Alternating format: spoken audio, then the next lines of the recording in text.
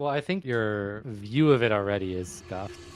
The game sense skill that separates high and low elo players is not raw mechanics, map knowledge, or even team coordination. It is something much more fundamental and often overlooked. The ability to update your expectations when reality proves them wrong. Every single decision you make in an FPS is built on a prediction about what you believe is going to happen next. You expect an enemy to be holding a certain angle, rotating at a certain time, or playing a certain way. When those expectations are wrong, the outcome is usually either a death or a lost round. The key difference between high and low elo players is that high elo players are constantly refining the internal model that generates those expectations, while low elo players often experience the same situations repeatedly without changing how they interpret them. They keep dying to the same angles and the same swings, but they dismiss it as randomness, bad luck, or their teammates throwing. Over time, that lack of correction leads to an incorrect understanding of the game. Most players never isolate the actual cause behind their deaths in a meaningful way. They focus on surface level explanations like missing shots, getting caught off guard, or being out-aimed. While those explanations might describe what happened, they do not explain why the situation was possible in the first place. The more important question is what assumption allowed that death to occur.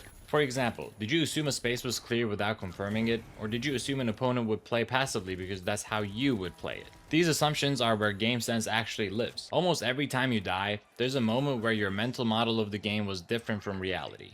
Maybe you thought a rotate had already happened, or you assumed utility had completely cleared a corner when it had not. Identifying that gap is far more valuable than simply labeling the outcome as a mistake. Once you know what you incorrectly believed, you can begin updating your understanding so that similar situations are less likely to surprise you in the future. That compounding correction process is what creates strong game sense over time. So how do you actually extract those lessons consistently? One of the most common recommendations is VOD review. In a VOD, you can pause the game, rewind key moments, and remove the emotional pressure of live gameplay. This allows you to see details you missed in real time, such as missed sound cues, timing information, or positioning errors. From a pure analysis standpoint, VOD review is extremely powerful because it gives you more information and more control over how you process each situation. However, despite its analytical strength, I believe that VOD review is not always the most practical method for improvement for most players. The reason is not that it is ineffective, but that it requires a significant amount of friction to actually execute consistently. You need to record your gameplay, set aside dedicated time, and actively commit to reviewing rather than simply queuing into another match. For many players, this level of discipline is difficult to maintain over long periods of time.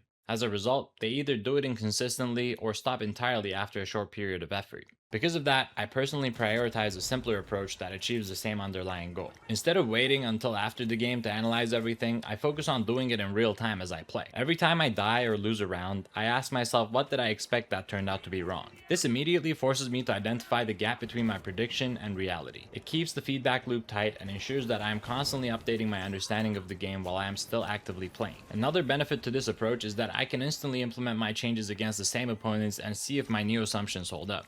This does not mean that VOD review is useless or inferior. In fact, if your goal is maximum depth of analysis, VOD review is hands down the best tool available. The trade-off is simply consistency versus depth. Real-time analysis gives you consistent feedback with low friction, while VOD review gives you feedback with high depth but only if you dedicate specific time for it. In practice, I find that most players benefit more from a method they can apply hundreds of times than from a method they only remember to apply occasionally. Ideally, both systems would be used together because they complement each other well. The in-game habit builds awareness and trains your mind to constantly look for expectation gaps as they happen. The VOD review then allows you to revisit complex situations and extract additional details you may have missed in the moment. But if I had to choose one primary method, it makes sense for me to prioritize consistency over optimization. A system you actually use every day will always outperform a system that is slightly better on paper but you rarely make time to execute it. Not everyone agrees with my method though. Appoh, who is a professional esports coach for Team Pulsar, has a different perspective on this and makes a strong argument for why VOD review is actually the single best method for improving at the game. His viewpoint focuses more heavily on the depth and clarity that structured review provides compared to in-game reflection. So with that in mind, here's what Appoh has to say on why VOD review is the best path for improvement. Well, I think your view of it already is scuffed because you're kind of looking at it as like, if I do a VOD review, then I'm going to notice obvious stuff. If you're looking for obvious stuff, then you're going to get obvious stuff. But like when I do a VOD review of anybody, I always tell them to send me a game where you did well. Give me a game where you got final round,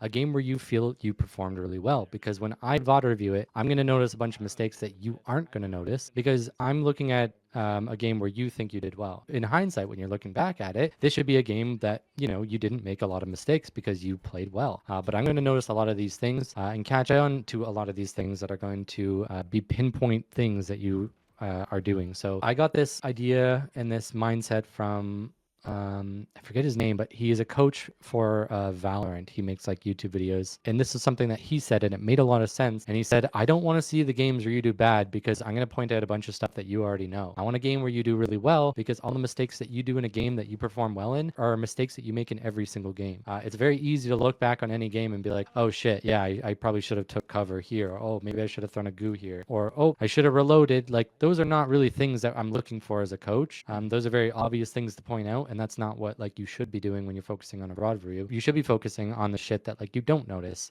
initially when you play. There's also plenty of other concepts to use while going into a VOD review. So for me, there's a couple things that I've done with my own VOD reviews. So if I'm VOD reviewing my team Pulsar, as the coach, when I'm VOD reviewing it, there's a lot of things that I want to point out as like I want to build better habits, and my team has really bad habits from watching them. So I've watched them plenty of times, and there's certain things like really bad communication, the heavy engaging without saying anything, or the light getting picked off because they tunnel visioned on the other light. Again, not communicating what they're doing. And so I'm trying to VOD review and show them, hey, look at you guys fucking up over and over again. I want you to start building better habits. Communicate what you want to do. When you want to engage, tell your teammates that you want to engage. Ask for a jump pad. Tell them what you want to do and then go in and do it. But instead, what they have is these bad habits of just constantly doing stuff without asking. And sure, we can look back at the VOD review, and if I had them VOD review it, they probably wouldn't point out the fact that they're not communicating what they want. They'll just probably look at stuff like, oh shit, yeah, maybe I should have hit that extra shot or whatever. It's really just about like, what are you looking for in your VOD review? And like as a coach, I'm going to notice a lot of things that they don't. And especially when I am spectating their game and I get the full picture, I get to see where all of them are at once, where the enemy team is, and I get a third person view. I can, use a bird's eye view. I get to see a lot more. So then I can factor in like, hey, when you guys are holding this site, you're really vulnerable. Like here is your blind site where they continuously can approach from. And the light was able to completely flank because nobody's watching this angle. So whenever we are defending this site, our setup should accommodate that. And we'll make sure that this person is positioned here and this person's positioned here so that we don't have any blind sides and we don't get, surprised by enemy approaches. And then when it comes to me VOD reviewing my own gameplay with Akazo and KD, we haven't done it quite as much as we would like to. But the first time that we started playing together, it was about trying to figure out how to play together and try to figure out what is going wrong. Because from my perspective, I'm doing everything right as a heavy. I know what I'm doing as a meta heavy. I should be doing this. I should be looking for engages. I'm looking for chip damage. I'm trying to like brawl out when I need to. And then we look back and I like the first time I was watching my VODs, I was like I'm doing everything right. I cannot figure out like what I'm doing wrong, because like if I was to coach anybody, I would tell them to do this, but somehow we're not like winning our fight and I can't figure out what it is.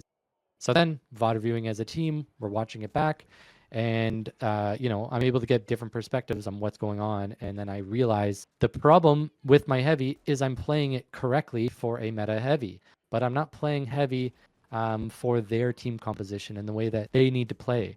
And it's like Akazo is much more of a passive player who wants to stall, who wants to force enemies into disadvantageous positions where they're trying to go for steals. And then that's when we want to fight and we try to make sure that we are securing the cash out. So after the VOD review, I adjusted my gameplay and instantly we did better. Then we VOD review again and we notice, hey, like we're really struggling with this one specific thing is we keep losing our vault fights and we're not able to secure it. Sometimes we might get a lead, but we're not able to secure it. What are we supposed to do? Like these fights drag on forever sometimes, and then we ultimately just lose. And then we realize we just need to gateway it. Just literally place a gateway and we're just going to move the vault every time. Like if the fight drags on a while, perfect. Then we're just going to grab the cash out and go plug, and then we can set up and play defensive.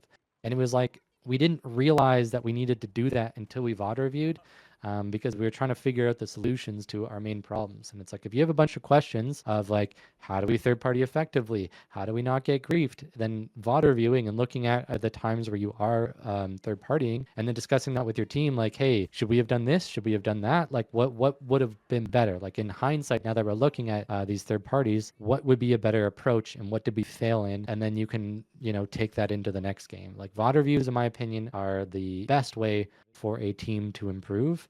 And individual players can definitely improve a lot, but I think teams improve a lot more because you don't get just your perspective, you get two other perspectives. And so when you're looking at a VOD with a team, then you get my scenario, right? If it's like if I'm VOD reviewing my team and my light is like looking at it, and then they can be like, oh, wow, this is what you've been doing as a heavy. I really need you to do this because I can't do my job. Or like, you need to run towards me so I can heal you. I didn't even realize that you're running this way or whatever.